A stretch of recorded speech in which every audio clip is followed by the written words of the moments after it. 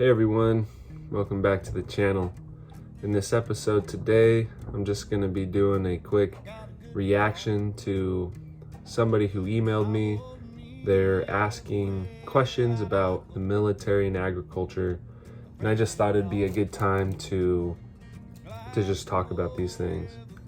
So without further ado, let's jump into the video. So it's pretty windy here today. You might hear the camper rocking, you might hear some flaps on the vents, but I hope you guys just stay tuned anyways. So this guy, he's in high school. He messaged me. He said, what advice do you have to somebody who is looking at joining the military and is also interested in agriculture? And if you don't know me, where I'm at in my life, I am currently in the military. This video is not the official view of the military. I just gotta say that because I am an officer, so I represent, I am in the military, so when you watch these videos, you're watching a military officer. But what I'm saying right now is not the official view of the United States Air Force, and hopefully I make that obvious. So when I told this guy, I told him, for one, if you join the military, it's perfectly fine to enlist. 100%. If you feel like you need to serve your country and you do not have a college education, then go ahead and enlist. I say these things. Enlisting is good, and it's good to serve your country because it is. There's nothing wrong with enlisting. Just because I'm an officer doesn't mean that you can't enlist if you're thinking about it. If you join the military in general, you will go to basic training, you will be in the military, and you can go read books and watch somebody else's videos about what it's like to join the military. That's not the focus of this channel. But what I want to say is, if you are interested in agriculture, in starting your own agricultural business with cows, livestock in general, you need money, okay? It takes money to make money. That's a good saying. And if you don't have money, it's going to be significantly harder for you to start your livestock business once you get out of the military. And simple fact of life, if you are an officer, you will make more money than an enlisted member, straight out of the gate. Second lieutenant, you make about master sergeant pay. Master sergeant, you need to be in for 15 to 20 years. Become a second lieutenant, first year you're in, you're making master sergeant pay. So logically, it makes sense to become an officer if you eventually want to, 1, buy land, 2, buy livestock, 3, buy all of the equipment that you need to make that business run, and 4, even hiring somebody. Just if you're going to join the military and you have the option.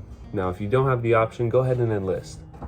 You can still make it work. You can still eventually buy a operation or start something, but it's just going to be harder. That's a simple fact of life. But if you become an officer, you're going to make more money. Does that mean that you are better than anybody else if you're an officer? No.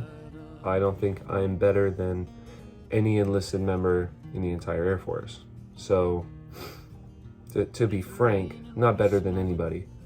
All I can do is do the best that I can at my job. But being an officer will set you up better for doing agriculture in the future. For example, if I stay in the military for another 15 years, that means I will have 16 years time in service, and by that time I should be around major or lieutenant colonel. And a lieutenant colonel makes significantly more than the highest ranking enlisted member in the entire military. And that highest ranking enlisted member's been in for almost 40 years. So, and there's still more upside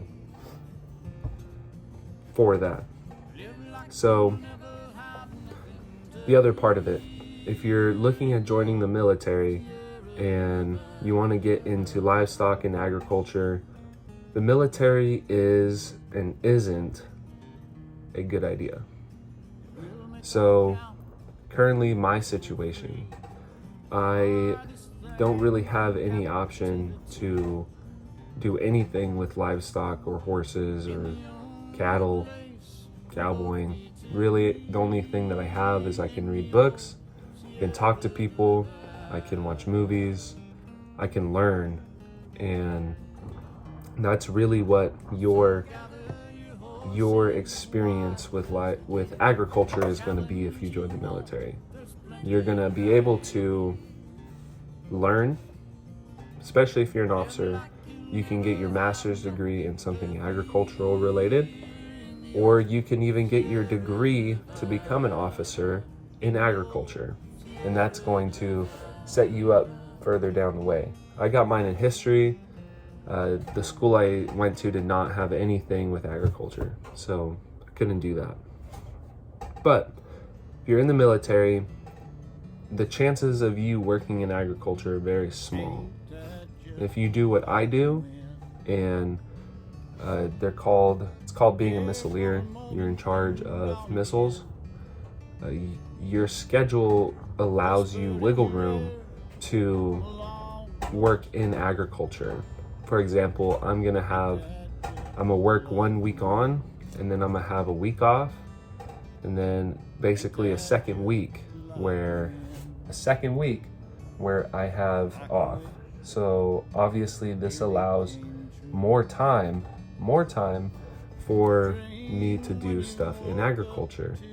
And like, for example, I'm gonna be working on getting my master's degree, and I'm probably gonna buy horses along with volunteering at a feedlot and hanging out with veterinarians. I'm going to be getting more agriculture experience because I realized if I choose a certain job within the military, I'll be able to focus on some other things in agriculture.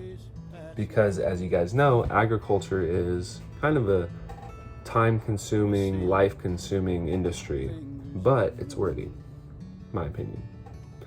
So, if you're joining the military, personal opinion, join as an officer. Just remember that agriculture is there, that you need to blossom where you are, bloom where you are. That's another saying. Let's say you get planted in Los Angeles Air Force Base. There is still opportunities for you to go out, volunteer, find somebody to teach you. You can be reading books, watching movies, getting education on YouTube. You can get your master's degree in ag-related things. It's what you make of it.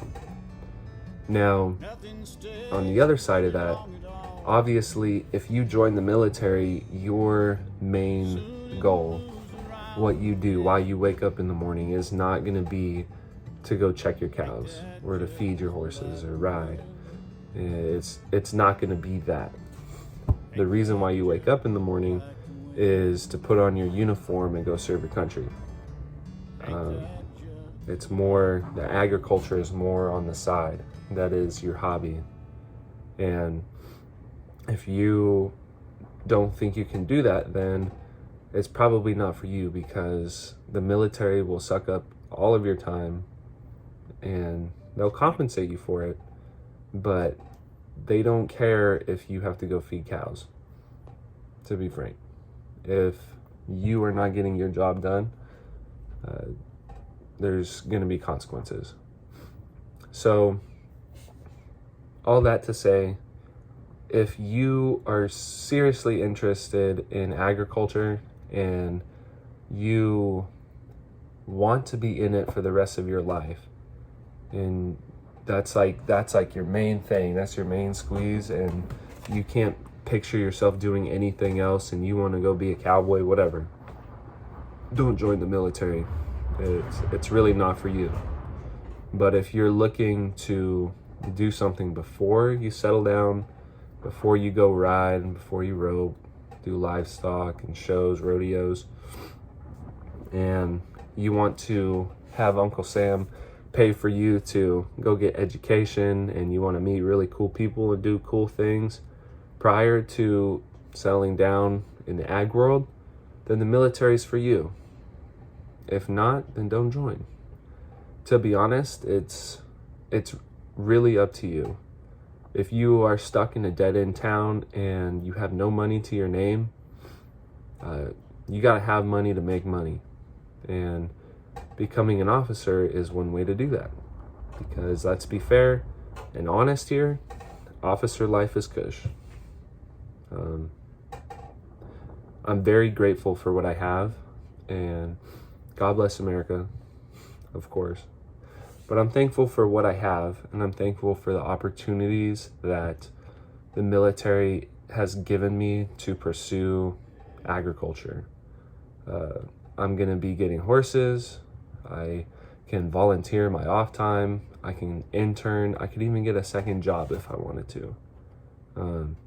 The military has been very gracious to me.